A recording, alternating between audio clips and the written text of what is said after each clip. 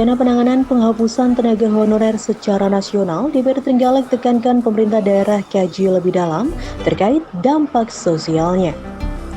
Wakil rakyat meminta agar penghapusan honorer kedepannya tidak menimbulkan permasalahan yang berat terhadap yang bersangkutan maupun pemerintah.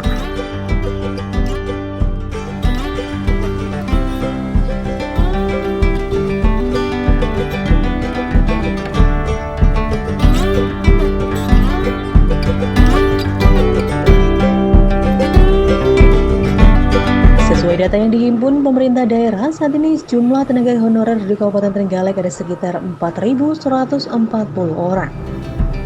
Jumlah itu sekitar 50% terdiri dari guru tidak tetap atau GTT. Sedangkan sisanya termasuk tenaga kebersihan, keamanan, sopir, dan tenaga penunjang lainnya. Sesuai ketentuan pemerintah pusat, masa kerja tenaga honorer sudah dibatasi akan berakhir pada tahun 2023 mendatang. Sehingga kedepannya, pegawai pemerintah hanya akan ada pegawai negeri sipil dan pegawai pemerintah dengan perjanjian kerja atau P3K.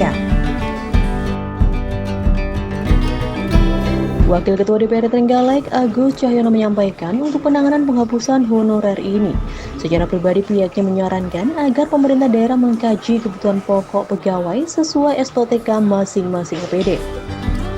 Untuk pemberhentian tenaga honorer, pihaknya juga menyarankan agar pemerintah memperhatikan dampak sosial terhadap yang bersangkutan pasca penghapusan. Apakah hal ini akan menimbulkan permasalahan baru atau tidak? Di sisi lain, terkait banyaknya pegawai yang pensiun hingga kekosongan sejumlah posisi jabatan juga harus menjadi bahan pertimbangan ke depannya. Ya, kalau ini saya pribadi ya. Yang pertama kita pastikan dulu tentang posisi honorer itu. Jadi posisi honorer terkait apakah pemerintah daerah itu posisinya sangat membutuhkan. Posisi honorer itu beda. Kalau misalnya dengan ketiadaan honorer itu sangat mengganggu berjalannya kegiatan atau enggak. Misalnya kalau yang di pendidikan berpengaruh apa tidak, atau mungkin di dinas-dinas yang lain berpengaruh apa tidak. Poin itu harus dikaji dulu. Kemudian juga terkait dengan mungkin kasus-kasus para honorer ketika dia nanti lepas dari honorer itu akan menjadi satu permasalahan berat nggak bagi para honorer itu. Itu harusnya menjadi pertimbangan kita. Ketika ada evaluasi dalam rapat mungkin menyampaikan bahwa SDM kita selalu dikeluhkan kurang, alasan SDM.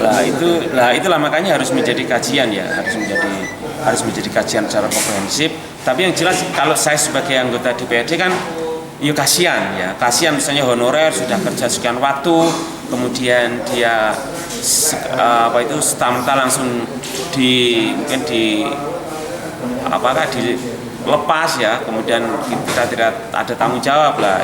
Itu secara moral juga kita kasihan kepada para honorer itu. Makanya nanti harus ada satu langkah yang bijak lah untuk mensikapi terbitnya sebuah aturan itu.